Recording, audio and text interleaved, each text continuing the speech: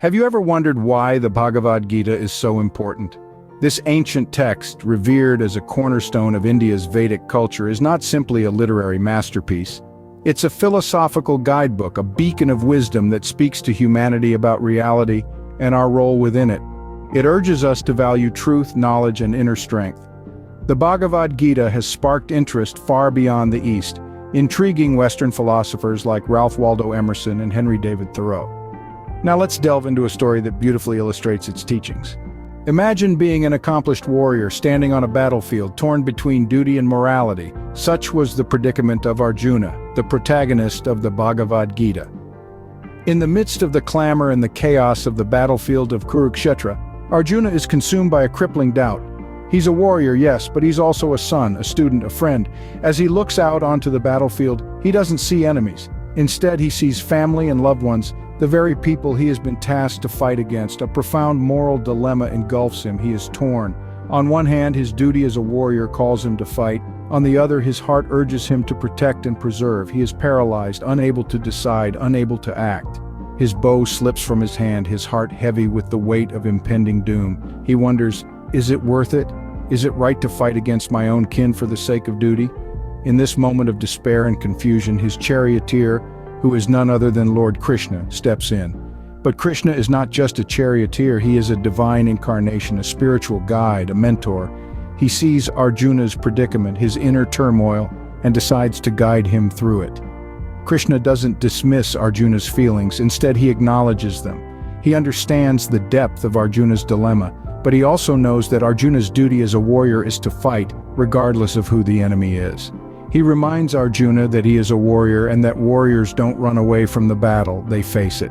Krishna's words are not just meant to motivate Arjuna, they are meant to enlighten him, to make him realize the true nature of duty, of dharma.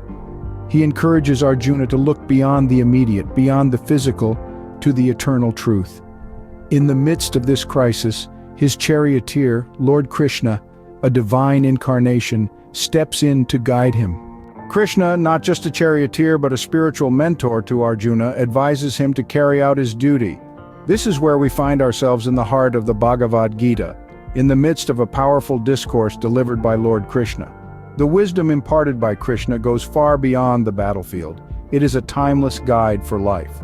Krishna's teachings revolve around the core concepts of truth, knowledge, and inner strength. He emphasizes that truth is the most supreme virtue, a beacon that should guide one's actions. It's not just about being honest with others, but also about being true to oneself. Krishna urges Arjuna to seek the truth, to question, to explore, and to strive for understanding. The quest for knowledge is not limited to the external world. Krishna encourages Arjuna to turn his gaze inward, to embark on a journey of self-discovery and self-realization. He explains that true knowledge lies in understanding the self, the divine essence within each of us. This inner knowledge, Krishna tells Arjuna, is the key to inner strength. It is this strength that allows one to remain steady in the face of life's ups and downs, to remain undeterred by success or failure. The concept of the eternal soul is another profound teaching in Krishna's discourse. He tells Arjuna that the soul is immortal. It neither kills nor can it be killed. It's a comforting reminder that while our physical bodies are temporary, our souls are eternal. This perspective shifts the focus from the transient to the eternal, from the material to the spiritual. Now let's consider the idea of detachment from the outcomes of actions, a concept that Krishna emphasizes greatly. He advises Arjuna to perform his duty without being attached to the results. This, he explains, is the path to true peace and contentment. It's not about being indifferent or negligent, but about giving your best and then letting go of the need to control the outcome. In essence, Krishna teaches Arjuna and all of us to live in the present, to act in accordance with our dharma or duty, and to do so without expectation of reward. This doesn't mean we should abandon our goals or aspirations. Rather, it's about finding fulfillment in the act of doing, not just in the end result. Krishna's wisdom, encapsulated in the Bhagavad Gita, is as relevant today as it was thousands of years ago. It's a guide for navigating the complexities of life, a manual for achieving inner peace amidst external chaos. It teaches us to live with purpose, to act with integrity, and to find contentment in the journey, not just the destination. Krishna concludes his discourse to Arjuna with these words: Krishna counsels Arjuna to perform his duty without attachment or expectation of reward. It's a powerful reminder that the journey is just as important, if not more so, than the destination. And that, my friends, is the timeless wisdom of the Bhagavad Gita. So, what can we learn from this story? The teachings of the Bhagavad Gita, as illustrated in Arjuna's predicament, hold profound implications for our everyday lives. We may not stand on physical battlefields, but we do face moral and ethical dilemmas, moments when we're torn between what's easy and what's right, between our desires and our responsibilities. Firstly, let's consider the principle of selfless service. Arjuna was urged to perform his duty, not for personal gain or out of hatred, but as an act of selfless service. In our lives, this translates to acting without ego, doing our best in our work, our relationships, and our pursuits, not for recognition or reward, but because it's the right thing to do. This selfless approach cultivates inner peace and fosters a sense of fulfillment. Next, we can look at the concept of detachment from outcomes. Krishna advised Arjuna to carry out his duty without being attached to the results of his actions. In our modern, result-oriented society, this might seem counterintuitive. But think about it. When we're overly attached to outcomes, we become vulnerable to stress, anxiety, and disappointment. Instead, if we focus on the process, on doing our best in the present moment, we'll find that success often follows naturally. And even when it doesn't, we remain at peace, knowing we gave it our all. Lastly, the Bhagavad Gita emphasizes inner strength. Krishna urged Arjuna to find strength within himself, to rise above his fears and doubts. Similarly, in our lives, we face challenges that seem insurmountable. But if we tap into our inner strength, if we believe in ourselves and persevere, we can overcome almost anything.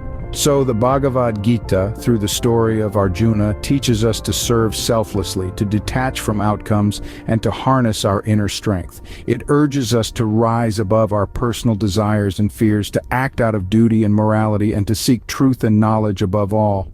These teachings guide us to live a life of purpose, truth, and knowledge.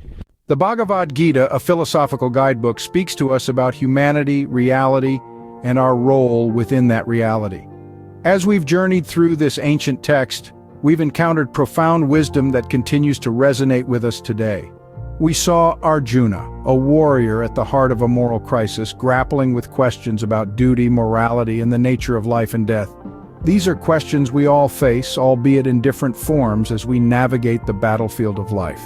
In the midst of his turmoil, Arjuna finds guidance in Krishna, who imparts teachings that transcend time and culture. Krishna encourages Arjuna to perform his duty selflessly, detached from the outcomes of his actions. This wisdom, while rooted in a battlefield scenario, is applicable to our everyday lives. Whether we're students, professionals, or caregivers, we often find ourselves caught in the crossfire between what we want to do, what we should do, and what we must do.